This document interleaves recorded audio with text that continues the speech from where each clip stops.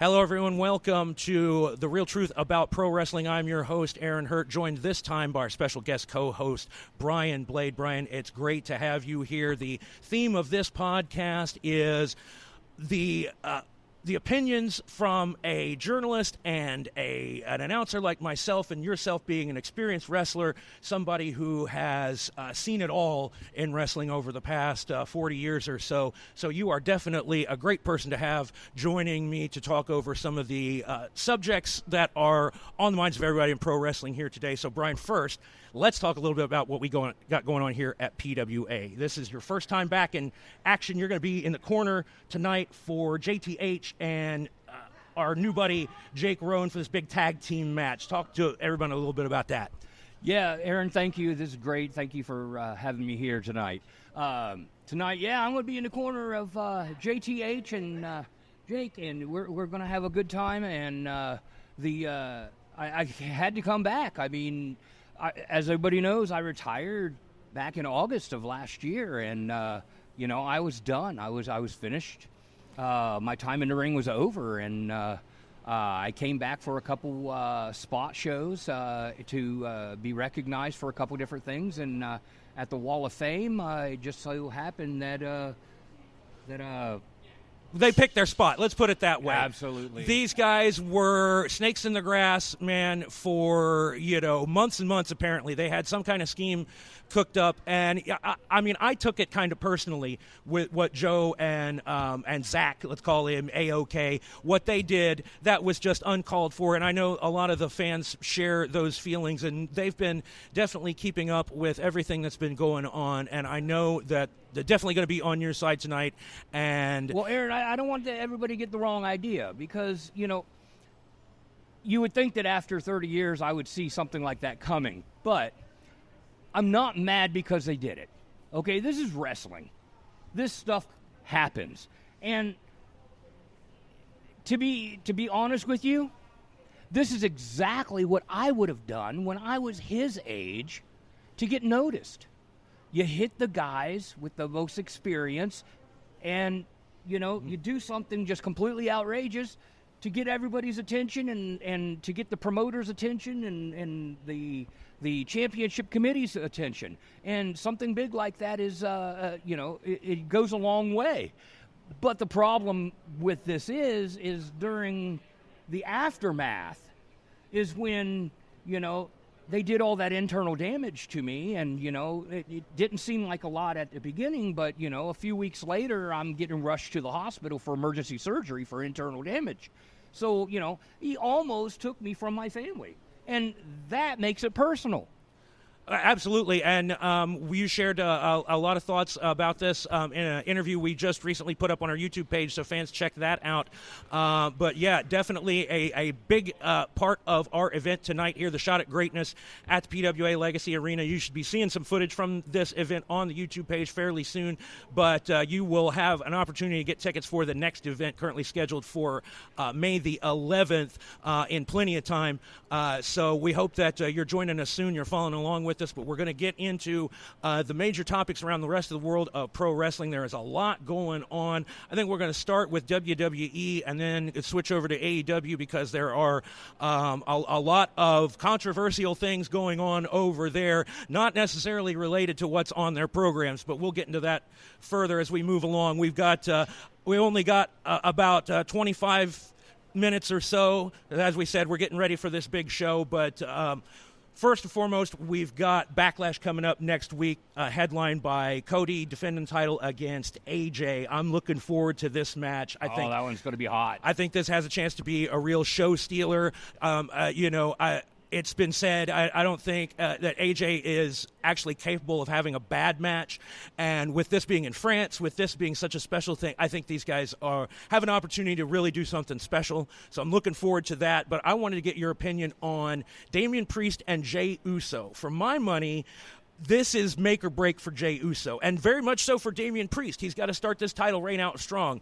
But Jey Uso laying an egg at WrestleMania, if he doesn't, come through with a quality match here, I think it's time to write him off as a singles wrestler. I don't know. I don't know if when you say quality match, I mean, you can drop a match and the match still be quality.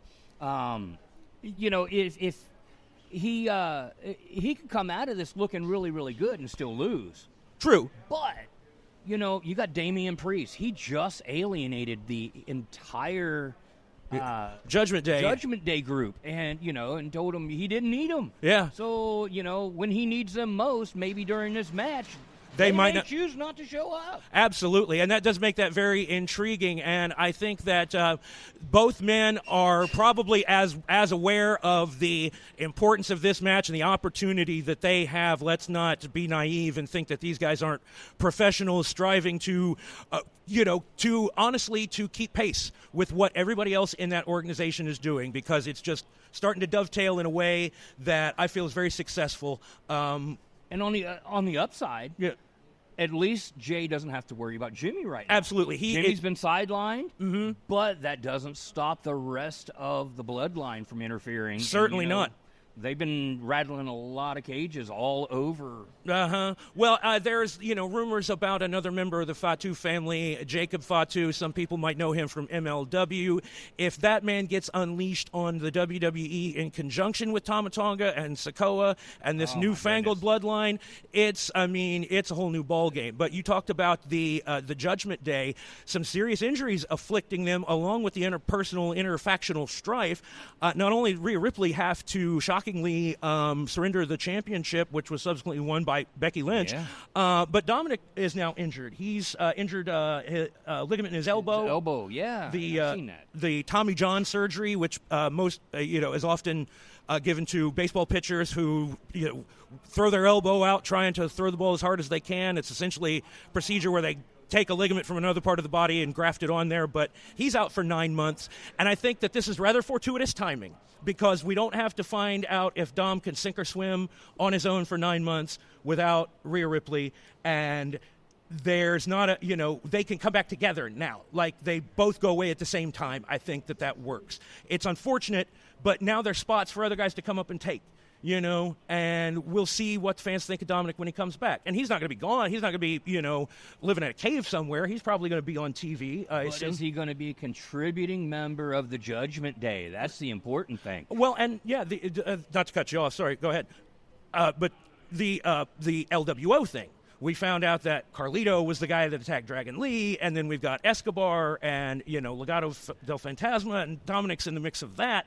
So there's a lot going on there that's very intriguing, that is going to be playing out for the next couple of months. But do you think that if there can be a beneficial time for injuries, that this is a beneficial time for? Yeah, for sure. I mean, if he had to get injured, now would be the time. Yeah. Because his number one fan club, his number one person pushing him is out. Yeah. So, what's he going to do? Flounder? Fall to the side, get replaced. Go to NXT, which he's already done. I know that's what I was saying, that I think that this is somewhat fortuitous, and it's weird how organic it is with JD and Finn being a thing now, and then Dominic and Rhea are off screen, and Damian Priest is kind of on his own, and I think it'll be very interesting. But we were talking about the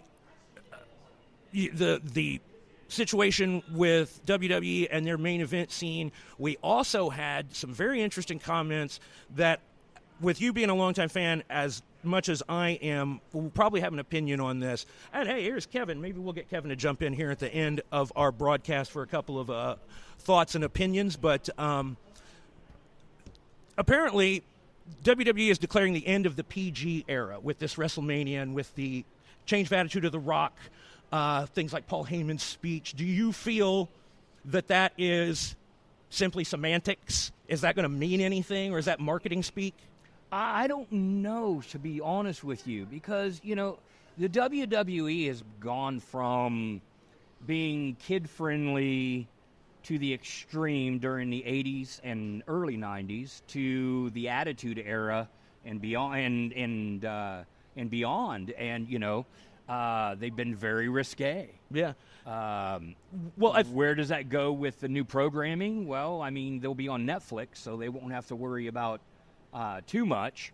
But at the same time, there's still decency. And can I take my can I take my 8-year-old granddaughter to go see a WWE show without getting flashed? That is the exact... Or hearing a bunch of 4-letter words. The exact point that I wanted to make in relation to their success as, a live event entity now. At WrestleMania last year, or this year, practically doubled the revenue of last year's. That's amazing. They have sold out like 10 consecutive shows, like 35 out of 38 or something. In Cincinnati last night, they sold that building out to the rafters, 12,720-something people. Are they risking pushing that envelope too far, or do you think that that's what's got the people engaged? Again, you're looking at a different time frame as well. Back in the 90s, that sort of behavior really pulled people in because nobody had seen it before. It was new. It was exciting. Now, I mean, here we are in 2024. People have seen that. People get irritated over pronouns now. So, I mean, we got to watch, what we're doing in this business and, how we present ourselves.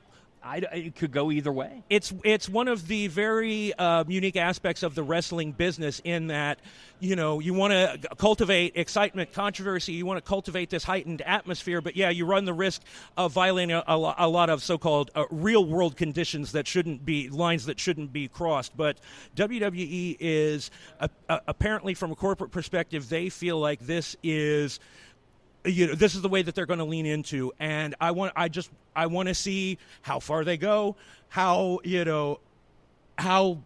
people get the reins loosened, because this is all new to everybody. Without Vince McMahon in the picture, who has now officially sold every single share of stock he is completely divested, not connected whatsoever to WWE, and that is weird to say. I don't know if you've seen this or not, Aaron, but. They just announced earlier today that Nick Khan has sold 280,000 shares of his own. And cleared out. I did hear mention of that. I didn't know all of the details, but yes, that there was something is going on where Endeavor is going back to private. Endeavor is the parent company of TKO. TKO is going to stay public. So perhaps he's simply putting up those shares for sale so he can make a deal. Maybe he's not selling all of them. Maybe he is. But if there's a time for a corporate executive to pat himself on the back and go home, maybe this is it. But TKO's also been cleaning a lot of house lately too. They have. A lot of talent has been getting their pink slip. Well, there is a lot going on with this is kind of a tangent, but the federal government has made changes to the rules about independent contractors, and that will definitely have an effect on WWE, but UFC as well. And they've had a lot of attempts to unionize, so there could be a lot more going on at the boardroom level, so to speak, than we're aware of at this point. But that is, that's really the major topics of the moment of WWE. But since we talked about Cincinnati last night, SmackDown, I heard a story that Cincinnati actually petitioned to get SummerSlam, and they never even got a response from WWE, and then they turn up in Cleveland. That's just interesting to me. I don't know why. I would have much rather gone to Cincinnati. I don't think I'm driving to Cleveland. I think anybody would rather go to Cincinnati. Yeah. Especially if you're a football player. But I see what you did there, Aaron. But I think that it's rather interesting that they felt like that market wasn't good enough for them, but Cincinnati's usually really flat for TV tapings. And, they averaged 7,000 maybe, and this was sold out. So in a city that they thought they can't even draw in, they're drawing like mad. But Ohio is going to be the location for SummerSlam regardless.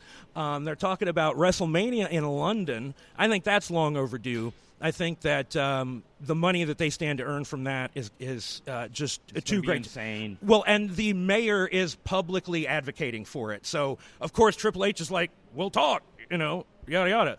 But another bit of WrestleMania news is that they're talking about WrestleMania 41 in Vegas, and this is the crux of that. They want to move it to May. I don't like that. It's like having the Kentucky Derby on the 4th of July. It's just that's when it happens. It's a bad idea. I think it's very smart to move it so you're not competing with the Final Four and the NCAA championship game head-to-head like they've stubbornly done for years and years.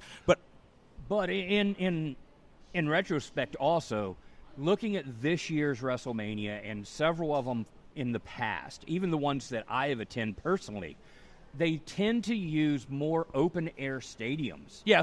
And coming into someplace in April, especially someplace like a Philadelphia, those winds are terrible. I mean, are they going to do it in Chicago next? Right. And freeze to death? Right. It really affected, from my perspective, the crowd on night one of WrestleMania with the cold weather and everything.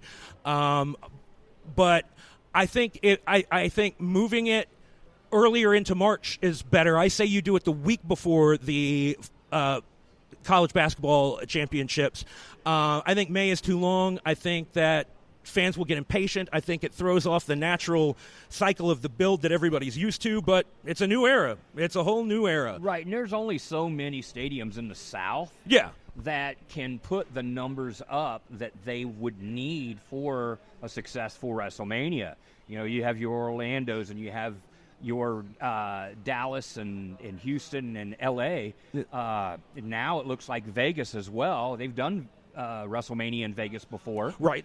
Caesars. Yes. WrestleMania 9. Yes. So, I mean, it's all done, but... And they did SummerSlam in Allegiant Stadium last year, I believe. I think it was. Yeah, so. And so some of these northern states want a piece of that, but they can't compete with the weather. And the perhaps the tourism board and the resources that the city has in its pocket to be able to collaborate with something like that. Because Minnesota was apparently going to be the front runner for WrestleMania 41, and they were going to have it in their dome, but. I'll stay home and watch that on TV. Yeah, but under my heating blanket. With that being the state of WWE, there's a contrasting dissenting opinion from one, Tony Khan. Naturally, you would think he wouldn't be complimentary, but I think he might have stuck his foot in his mouth recently when he went full-on, nuclear attack just recently on an interview on the NFL Network, sporting a neck brace after the goofy angle on AEW. But he said that WWE is the Harvey Weinstein of pro wrestling. They're an evil juggernaut. Do you feel like he went too far? Do you feel that was the right venue forum for that comment?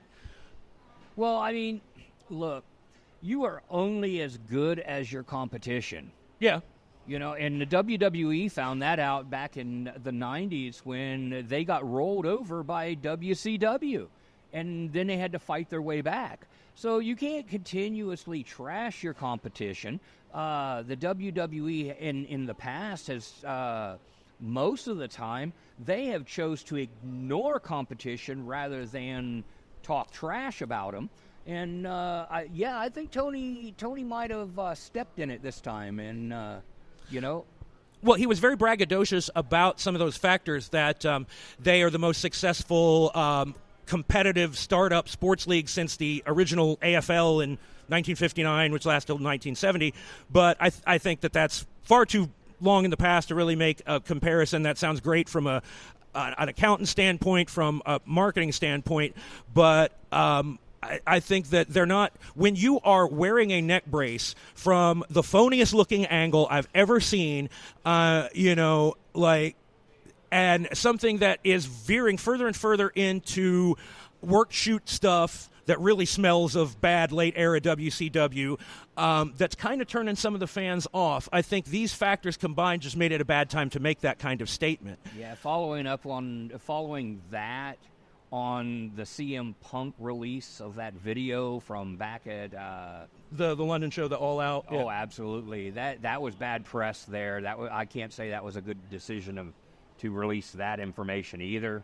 I don't see how that did anything good for the AEW, but more egg on their face. Yeah, and it's Tony Khan honestly shooting himself in the foot. If I was a player for the Jacksonville Jaguars, especially one that just got drafted, honestly, I'd be a little bit resentful. I'd be a little bit embarrassed if my general manager, my owner, is out there more worried about selling a fake wrestling angle. And look, it'd be different if you could believe the angle. But it was a spike pile driver. I mean, they protected him better than Undertaker protected Hogan, on a pile driver. So he's fine.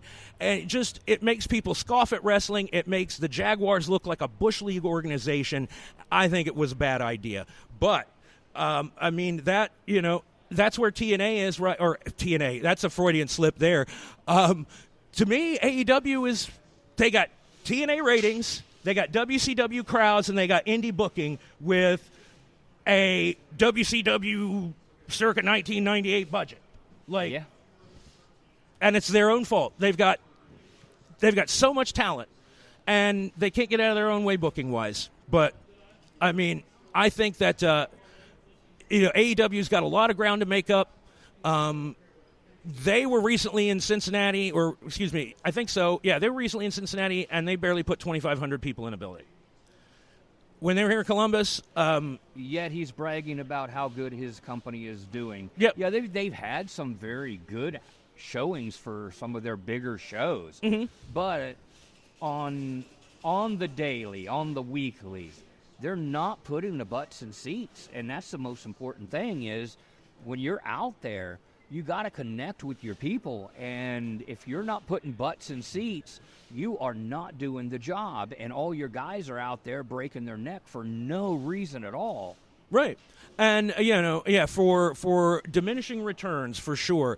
And I see, from just a purely viewership standpoint, I see a lot of guys on the AEW roster that I want to see more often that I don't, and a lot of guys that I wish I didn't see as often.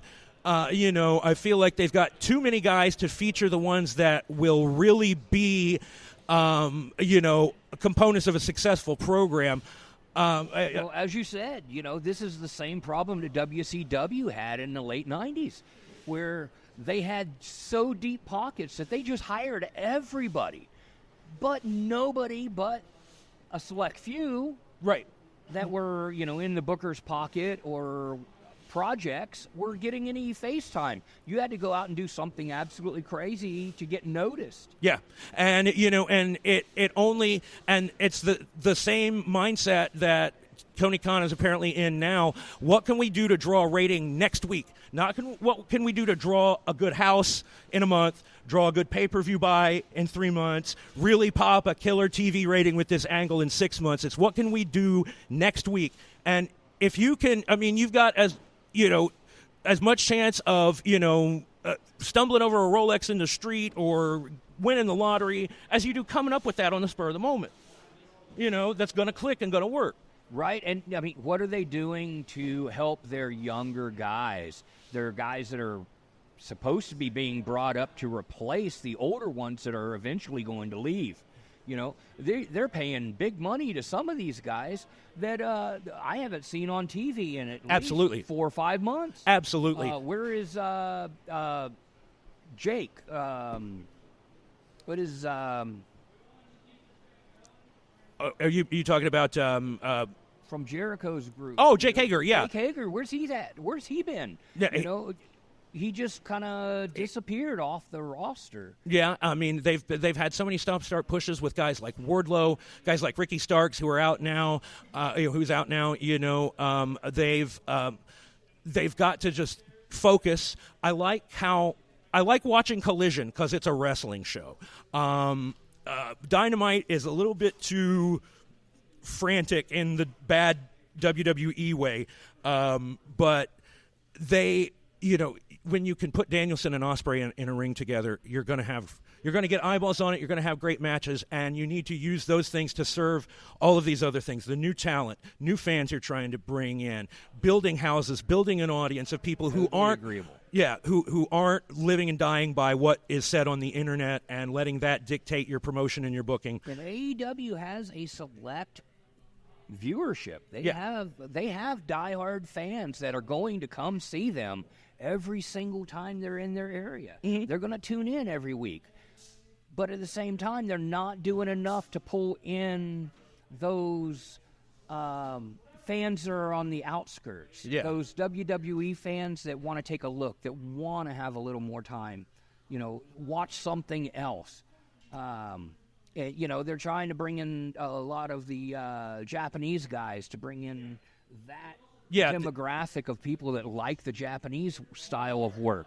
But it's just they're not putting enough into it to draw those people, and it's not a big enough demographic, to be honest with you. Apparently, though, Warner Brothers is happy with it. They are going to be negotiating a new TV contract towards the end of this year. I believe it's around October of this year. So they have very high expectations, and that's why, I think it's so detrimental for Tony Khan to suddenly be, trying to single-handedly revive his promotion or do all of these outlandish things. I think they need to step back before they get too far ahead of themselves and get, and have a situation where they can't be profitable anymore. Yeah, Tony Khan, lose the neck brace, start developing your younger guys, put them out there. Let's see what they can do. Put them with some of the older guys and teach them something.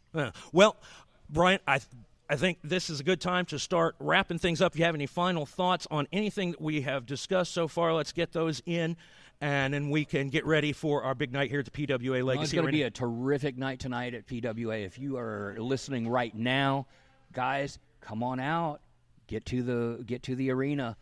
Doors are going to open here shortly, and if you are not here, you are definitely going to miss something special. We have the Shot at Greatness Battle Royal tonight. We got a 4-way match for the title. New champion Kevin defending against former champion Jimmy Fahrenheit, the protege of the high standard, Blake Pruitt, and the X Factor in this match, any match, man you know very well, Tony James. Plus, we have the match that we mentioned involving you earlier, big tag team grudge match. A lot more going to be kept as a surprise for the fans, but we're looking forward to it. It's going to be great. And we've remodeled the arena here. We got room for more fans. This is guaranteed to be the biggest house we have had in this building since we've been here. It's going on over 6 months since we've been here, and it's been getting better and better every week. So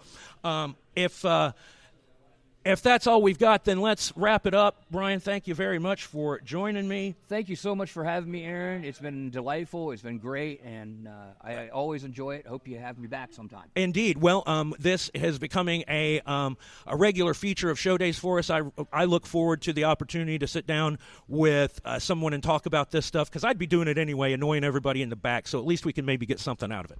But with that said, for Bryan Blade, who we wish the best of luck tonight, my name's Aaron Hurt. This has been The Real Truth About Pro Wrestling, and we will be back with more on YouTube very soon.